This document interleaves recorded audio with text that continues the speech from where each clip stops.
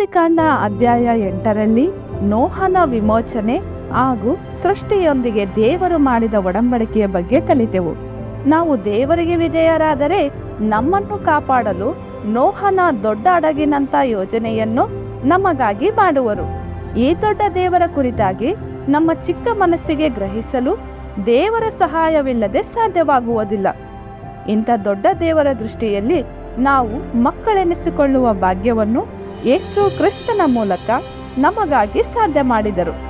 ದೇವರ ಈ ಮಹಾ ಯೋಜನೆಗಾಗಿ ಕೃತಜ್ಞತೆ ಸಲ್ಲಿಸುತ್ತಾ ಅಧ್ಯಾಯ 9 ಕಲಿಯೋಣ. ಆದಿಕಾಂಡ ಅಧ್ಯಾಯ 9 ನೋಹನೊಡನೆ ದೇವರು ಮಾಡಿದ ಒಡಂಬಡಿಕೆ ಹಾಗೂ ಕಾನಾನಿಗೆ ದೊರೆತ ಶಾಪ. ಶೇಮ್ ಯೆಫೆತರಿಗೆ ಸಿಕ್ಕ ಆಶೀರ್ವಾದ. ದೇವರು ನೋಹನನ್ನು ಅವನ ಮಕ್ಕಳನ್ನೂ ಆಶೀರ್ವದಿಸಿ ಅವರಿಗೆ ಬಹು ಸಂತಾನವುಳ್ಳವರಾಗಿ ಎಚ್ಚಿರಿ, ಭೂಲೋಕದಲ್ಲೆಲ್ಲ ತುಂಬಿಕೊಳ್ಳಿರಿ. ಭೂಮಿಯ ಮೇಲಿರುವ ಎಲ್ಲ ಮೃಗಗಳು, ಆಕಾಶದ ಎಲ್ಲ ಪಕ್ಷಿಗಳು, ನೆಲದ ಮೇಲೆ ಹರಿದಾಡುವ ಎಲ್ಲ ಕ್ರಿಮಿಗಳು, ಸಮುದ್ರದ ಮೀನುಗಳು ನಿಮಗೆ ಬೆದರಿ ಅಂಜಿಕೊಳ್ಳುವವು. ನಾನು ಅವುಗಳನ್ನೆಲ್ಲ ನಿಮ್ಮ ಸ್ವಾಧೀನಕ್ಕೆ ಕೊಟ್ಟಿದ್ದೇನೆ. ಭೂಮಿಯ ಮೇಲೆ ತಿರುಗುವ ಎಲ್ಲ ಜೀವಜಂತುಗಳು ನಿಮಗೆ ಆಹಾರವಾಗಿರುವವು. ನಾನು ನಿಮ್ಮ ಆಹಾರಕ್ಕೆ ಪೈರುಗಳನ್ನು ಕೊಟ್ಟಂತೆ ಇವುಗಳನ್ನೂ ಕೊಟ್ಟಿದ್ದೇನೆ. ಆದರೆ ರಕ್ತದಿಂದ ಕೂಡಿರುವ ಮಾಂಸವನ್ನು ನೀವು ತಿನ್ನಬಾರದು, ರಕ್ತವು ಜೀವವಷ್ಟೇ. ಇದಲ್ಲದೆ ನಿಮ್ಮ ರಕ್ತವನ್ನು ಸುರಿಸಿ ಜೀವ ತೆಗೆಯುವವರಿಗೆ ಮುಯ್ಯಿ ತೀರಿಸುವೆನು. ಮೃಗವಾಗಿದ್ದರೆ ಅದಕ್ಕೂ, ಮನುಷ್ಯನಾಗಿದ್ದರೆ ಹತವಾದವನು ಅವನ ಸಹೋದರನಾಗಿರುವುದರಿಂದ ಅವನಿಗೂ ಮುಯ್ಯಿ ತೀರಿಸುವೆನೆಂದು ತಿಳಿದುಕೊಳ್ಳಿರಿ. ನರಹತ್ಯವು ಸಹೋದರ ಹತ್ಯವಲ್ಲವೇ? ದೇವರು ಮನುಷ್ಯರನ್ನು ತನ್ನ ಸ್ವರೂಪದಲ್ಲಿಯೇ ಉಂಟು ಮಾಡಿದನಾದ್ದರಿಂದ ಯಾರು ಮನುಷ್ಯನ ರಕ್ತವನ್ನು ಸುರಿಸುತ್ತಾರೋ ಅವರ ರಕ್ತವನ್ನು ಮನುಷ್ಯರೇ ಸುರಿಸುವರು. ನೀವು ಅಭಿವೃದ್ಧಿಯಾಗಿ ಹೆಚ್ಚಿರಿ, ಭೂಮಿಯ ಮೇಲೆ ನಿಮಗೆ ಬಹು ಸಂತಾನವಾಗಲಿ ಎಂದು ಹೇಳಿದನು. ಇದಲ್ಲದೆ ದೇವರು ನೋಹನಿಗೂ ಅವನ ಮಕ್ಕಳಿಗೂ, ಕೇಳಿರಿ, ನಾನು ನಿಮ್ಮನ್ನು ನಿಮ್ಮ ಸಂತತಿಯವರನ್ನು ನಿಮ್ಮ ಕೂಡ ನಾವೆಯಿಂದ ಹೊರಟು ಬಂದ ಪಶು ಪಕ್ಷಿ ಮೃಗಾದಿ ಸಕಲ ಭೂಜಂತುಗಳನ್ನೂ ಕುರಿತು ಸ್ಥಿರ ಪ್ರತಿಜ್ಞೆ ಮಾಡುತ್ತೇನೆ. ಆ ಪ್ರತಿಜ್ಞೆ ಯಾವುದೆಂದರೆ, ಇನ್ನು ಮೇಲೆ ಎಲ್ಲಾ ಪ್ರಾಣಿಗಳು ಪ್ರಳಯದಿಂದ ನಾಶವಾಗುವುದಿಲ್ಲ. ಇನ್ನು ಮುಂದೆ ಭೂಮಿಯನ್ನು ಹಾಳು ಮಾಡುವ ಪ್ರಳಯವು ಬರುವುದೇ ಇಲ್ಲ ಎಂದು ಹೇಳಿದನು. ದೇವರು ಮತ್ತು ಹೇಳಿದ್ದೇನೆಂದರೆ, ನಾನು ನಿಮ್ಮನ್ನು ನಿಮ್ಮ ಸಂಗಡ ಇರುವ ಸಮಸ್ತ ಜೀವರಾಶಿಗಳನ್ನೂ ಕುರಿತು ಎಲ್ಲ ತಲತಲಾಂತರಗಳಲ್ಲಿಯೂ ಮಾಡುವ ಈ ಪ್ರತಿಜ್ಞೆಗೆ ಮೇಘಗಳಲ್ಲಿ ನಾನಿಟ್ಟಿರುವ ಮುಗಿಲುಬಿಲ್ಲೇ ಗುರುತಾಗಿರುವುದು. ನನಗೂ ಭೂಪ್ರಾಣಿಗಳಿಗೂ ಆದ ಒಡಂಬಡಿಕೆಗೆ ಇದೇ ಗುರುತಾಗಿರಲಿ. ನಾನು ಭೂಲೋಕದ ಮೇಲೆ ಮೇಘಗಳನ್ನು ಕವಿಸುವಾಗ ಆ ಬಿಲ್ಲು ಮೇಘಗಳಲ್ಲಿ ಕಂಡುಬರುವುದು.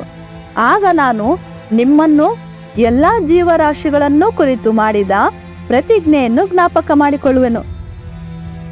ಇನ್ನು ಮುಂದೆ ನೀರು ಹೆಚ್ಚಿ ಎಲ್ಲ ಭೂಪ್ರಾಣಿಗಳನ್ನು ಹಾಳು ಮಾಡುವ ಪ್ರಳಯವಾಗುವುದಿಲ್ಲ. ಆ ಬಿಲ್ಲು ಮೇಘಗಳಲ್ಲಿ ಕಾಣಿಸುವಾಗ ನಾನು ಅದನ್ನು ನೋಡಿ ದೇವರಾದ ನನಗೂ ಭೂಮಿಯ ಮೇಲಿರುವ ಎಲ್ಲ ಜೀವಜಂತುಗಳಿಗೂ ಆದ ಶಾಶ್ವತವಾದ ಒಡಂಬಡಿಕೆಯನ್ನು ಜ್ಞಾಪಕ ಮಾಡಿಕೊಳ್ಳುವೆನು ಅಂದನು. ಮತ್ತು ದೇವರು ನೋಹನಿಗೆ, ನನಗೂ ಎಲ್ಲ ಭೂಜೀವಿಗಳಿಗೂ ಆದ ಒಡಂಬಡಿಕೆಗೆ ಇದೇ ಗುರುತು ಎಂದು ಹೇಳಿದನು. ಕಾನ್ಯನ್ಯರಿಗೆ ಶಾಪವು, ಶೇಮ್ ಯೆಫೆತರಿಗೆ ಆಶೀರ್ವಾದವು ಬಂದದ್ದು. ನಾವೆಯಿಂದ ಹೊರಟು ಬಂದ ನೋಹನ ಮಕ್ಕಳು ಶೇಮ್, ಹಾಮ್, ಯೆಫೆತ್ ಎಂಬವರೇ. ಹಾಮನು ಕಾನಾನನ ತಂದೆಯು. ಈ ಮೂವರು ನೋಹನ ಮಕ್ಕಳು. ಇವರಿಂದಲೇ ಭೂಮಿಯಲ್ಲೆಲ್ಲ ಹರಡಿಕೊಂಡಿರುವ ಜನರು ಉತ್ಪತ್ತಿಯಾದರು. ನೋಹನು ವ್ಯವಸಾಯಗಾರನಾಗಿದ್ದನು.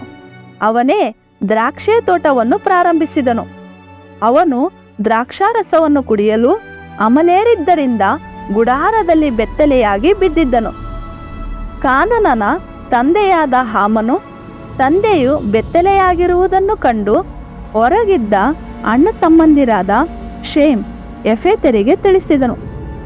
ಇವರಿಬ್ಬರು ಕಂಬಳಿಯನ್ನು ತೆಗೆದುಕೊಂಡು ತಮ್ಮಿಬ್ಬರ ಬೆನ್ನಿನ ಮೇಲೆ ಹಾಕಿಕೊಂಡು ಹಿಂದಿಂದಕ್ಕೆ ನಡೆದು ತಂದೆಗೆ ಒದಿಸಿ ಅವನ ಮಾನವನ್ನು ಕಾಪಾಡಿದರು.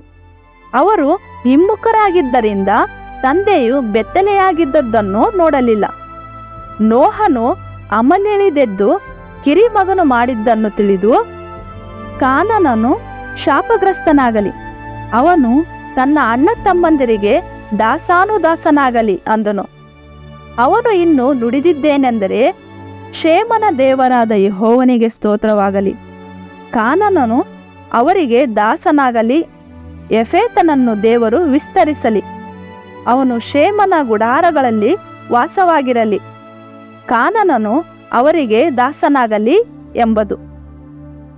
ಪ್ರಳಯವಾದ ಮೇಲೆ ನೋಹನು 350 ವರ್ಷ ಬದುಕಿದನು. ಅವನು ಒಟ್ಟು 950 ವರ್ಷ ಬದುಕಿ ಸತ್ತನು. ಇದುವೇ ನೋಹನೊಡನೆ ದೇವರು ಮಾಡಿದ ಒಡಂಬಡಿಕೆ ಹಾಗೂ ಕಾನನಿಗೆ ದೊರೆತ ಶಾಪ. ಶೇಮ್, ಯೆಫೆತರಿಗೆ ಸಿಕ್ಕ ಆಶೀರ್ವಾದದ ವಿವರಣೆ. ಧನ್ಯವಾದಗಳು.